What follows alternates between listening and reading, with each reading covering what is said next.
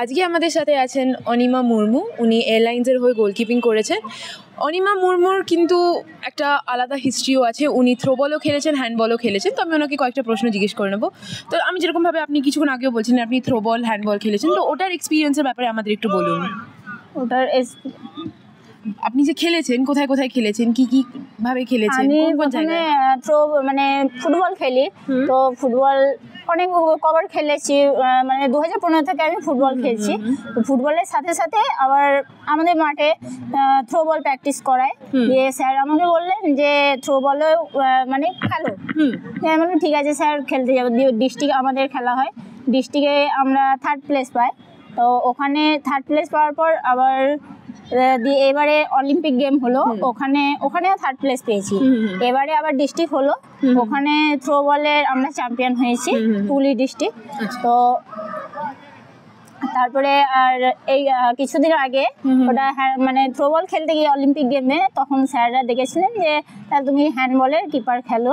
আমি হ্যান্ডবলের আবার কিপারও ন্যাশনাল এবারে করে এলাম। আচ্ছা, তো তাহলে এই ফুটবলের জার্নিটা কোথা থেকে শুরু হলো? মানে এত তো খেলা আছে, তুমি থ্রোবলও খেলছিলে, তুমি হ্যান্ডবলও খেলছিলে, তুমি ফুটবলে ঢুকলে কেন?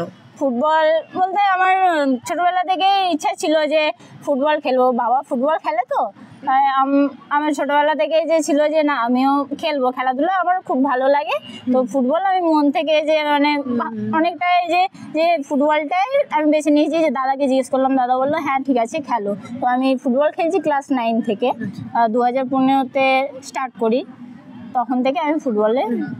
কিন্তু এই যে তুমি এতগুলো খেলা খেলছো, তো কখনো তোমার প্রবলেম হয়নি যে কখনো মনে হচ্ছে যে এই খেলাটার উপর আমি বেশি ফোকাস করে ফেলছি, এই খেলাটার উপর কম? মানে তোমার নিজের থেকে কখনো কোনো অসুবিধা হয়েছে? এখন অসুবিধা বলতে এটাই হচ্ছে যে ফুটবলে এখন বেশি ফোকাস দিতে পারছি না।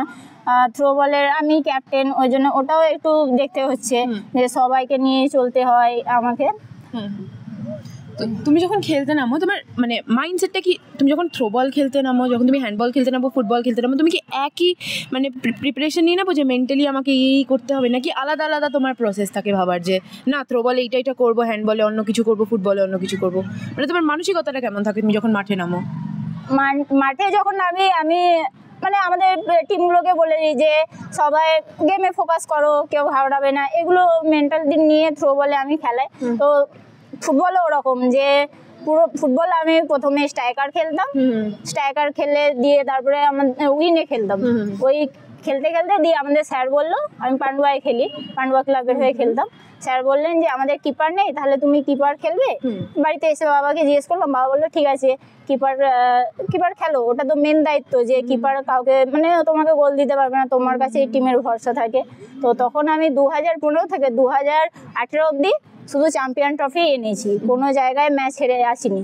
তারপরে 2018 পর আমি একটু প্রবলেমের জন্য খেলা ছাড়ার পর দিয়ে আবার মানে খেলতে খেলতে তখন লেগেছিল, লাগার পর অসুস্থ হয়েছিলাম। আচ্ছা, লাস্ট প্রশ্ন একটা তোমায় জিজ্ঞেস করব। তো খেলে মানে যে আমি রাঙামাটি খেলেও মানে অসুস্থ হওয়ার কারণে আমাকে কাজ দেয়নি। আচ্ছা ঠিক আছে, তো এই 3টে খেলার মধ্যে যদি আমি তোমার একটা খেলা বেছে নিতে বলি, তুমি কোনটা বেছে নেবে? 3টে খেলার মধ্যে আমার ফুটবলটাই বেটার। ঠিক আছে, ধন্যবাদ, থ্যাংক ইউ।